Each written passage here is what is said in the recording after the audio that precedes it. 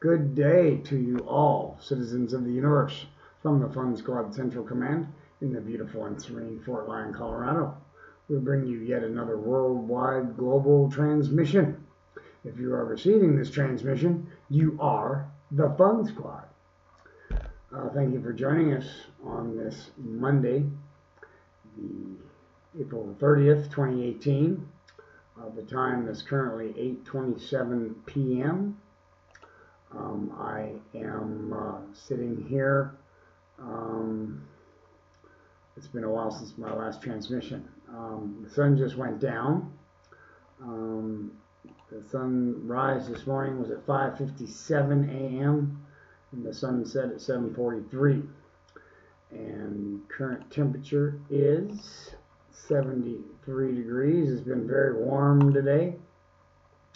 And so it's been a couple days since my last transmission to you. Yeah, it's still 73. It's been a couple days, like I said, since my last transmission. And, well, it's been a week, almost a week. And a lot has happened. So, I'll just let you know what's going on. So, you know, I had a rough week last week, as you know. I think I told you a little bit about what was going on. The lawyer that I had working on the Social Security appeal finally called, but he couldn't get the appeal done in time for the deadline for my A&D that was going to get cut off, which I didn't know till the last minute because I never got the letter. Benton County Social Services said they sent a letter saying that my A&D was going to get cut off if I didn't show them proof of an appeal by the 28th, which was Saturday, and I didn't know that until like Monday. So I went down to the Social Security office on Thursday, and it was closed because the Social Security office in Lamar, La Junta only stays open until noon. So I went all the way down there for nothing. So then I just went to, and I was really mad about it. So I went to the Pier House and talked to Rebecca and calmed down a little bit. Then the lawyer called.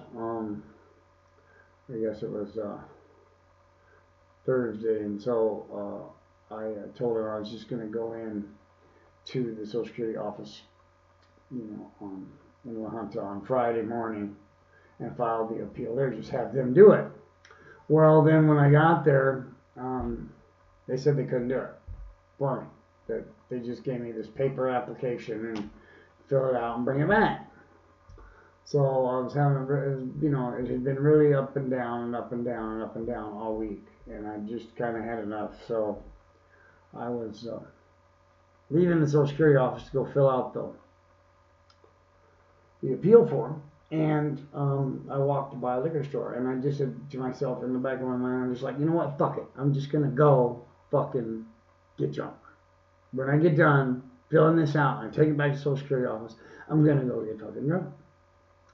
And so I'm on my way to the library, because they didn't even have a pen. So, and they wouldn't give me a pen to the Social Security office. So I just decided to go to the library. On the way to the library, I saw a liquor store, and I'm just like, fuck it, fuck it, fuck it, fuck it, fuck it. I'm going to go to the liquor store, and I'm just going to buy some booze, and I don't care. And if they catch me, I don't care. And they can kick me out, I don't care.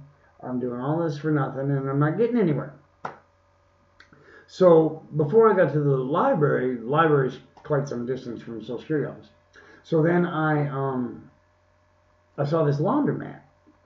And so I went into the laundromat, and I just asked the lady behind the counter if I could borrow a pen. And I was down, so I explained to her what was going on. You know, they're down at the Social Security office, and I needed a pen, and they were not going to give me a pen there to use. And so she was like, oh, that's okay. You know, you can sit here and fill it out. And she was really sweet, and she was a really nice old lady. And I was really grateful to her for giving me the pen. And then, but I was still mad. I was still going to get high, and drunk, and everything else. And So after I got done filling out the paperwork, it took about 15-20 minutes to fill it out. And then once I got done with that, I decided that I would go back to the Social Security office. And I started walking down the street back to the Social Security office, and I just kept praying to myself, Lord, please just help me get through this. Please help me do the right thing, because it's not working for me. And then the DVD in my brain started going, off, and I started rewinding the tape a little bit, and I started remembering how it ended so badly all the previous times, and so I was like, wow, I really don't want to go back to that. So I just kept praying, just help me do the next right thing, just help me do the next right thing. And my feet just kept walking, and I finally made it to the Social Security office. And I'm still in the back of my mind thinking I was going to get drunk when I got done. And I walked in, and I took my number, and I waited my three numbers, and it wasn't a very long wait. And I turned the paperwork in, and then, of course, I had to have it faxed, and they can't fax it from the Social Security office. So I turned around, and after I delivered it, and she signed it and stamped it, and she gave me the receipt, and I walked out the door, and I'm going back to the library, and I just kept praying. I'm like, Lord, just please help me do the next right thing. And that DVD in my brain was still going off. So I just walked right by the liquor store, and I made it to the library, and I got my stuff faxed, and it was really great because it gave me a sense of accomplishment. So I saved my A&D for the next 3 or 4 months, whatever, until September, when they need a new one, a new Med 9, because the Med 9s are only good for a year. So I was satisfied, and I got it faxed after 3 attempts. First I had the wrong number, and then she was dialing the wrong number, and then finally they got the right number, and they got the letter, the receipt at DSS, and I got a piece of paper saying that they got it, and so I felt better. And then today, in fact, I got an electronic communication from them, not an email, but special communication, and they told me that it was approved. So I got it in time, and it was approved, so I'll get it Thursday on the 3rd. So I was really happy about that, but it made me kind of think, a lot about, am I really gonna have to go through this all the time? And am I gonna have to? Is it really gonna be so difficult? Every time something simple happens, and some government agency decides to throw a monkey wrench in my works, am I gonna just say fuck it and go get drunk? And so then it dawned on me kind of, that I don't really have a drinking problem. I don't think I have, or a drug problem. I don't really have a drinking problem so much as I do a thinking problem. So, because there's something wrong with my brain, see. So, it really made me think that I have a thinking problem, and I need to just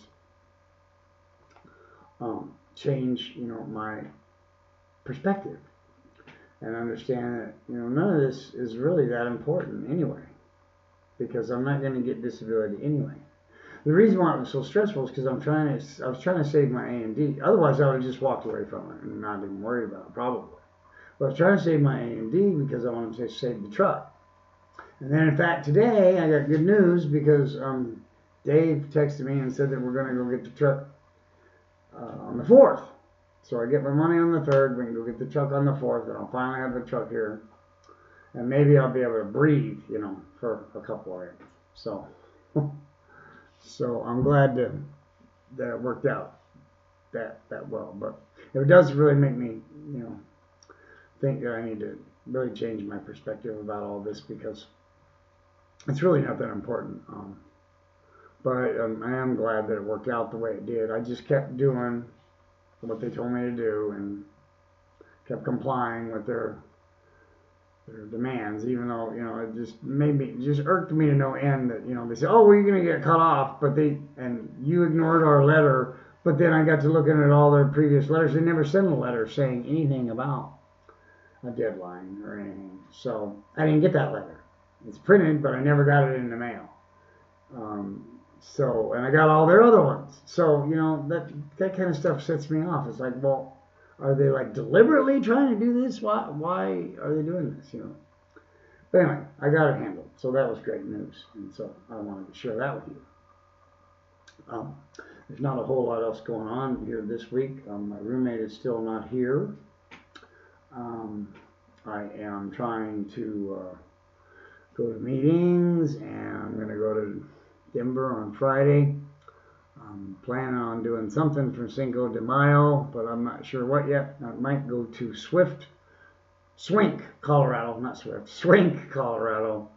I have a friend up there who's been cleaning sober for some time, and he is going to take me to dinner at his sister's house if I can get up there. So I may go up to La Habana, and him and his brother-in-law can come down and get me, and that would be cool.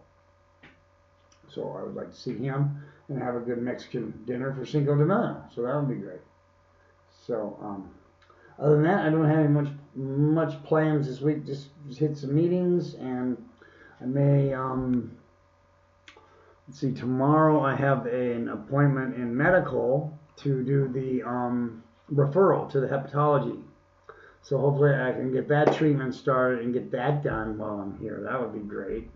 Get cured of hepatitis C. So all in all, it was a productive week. It was a productive time.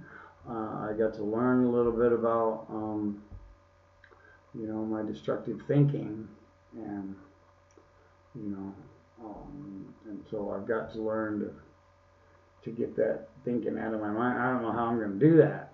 So other than how I did it, which is just, but ignoring it is, you know, not necessarily going to make it go away either. So I'll have to concentrate on changing that perspective and realize that I'm not in control of it. And you know, if they cut me off or whatever, I guess they cut me off. There's nothing I can do about it. So anyway, boys and girls, thanks for listening to me, and thank you for your kind words and your prayers and your views on the YouTube channel. I love you all, and I will see you all maybe in a couple days, okay? We'll talk to you later. Bye.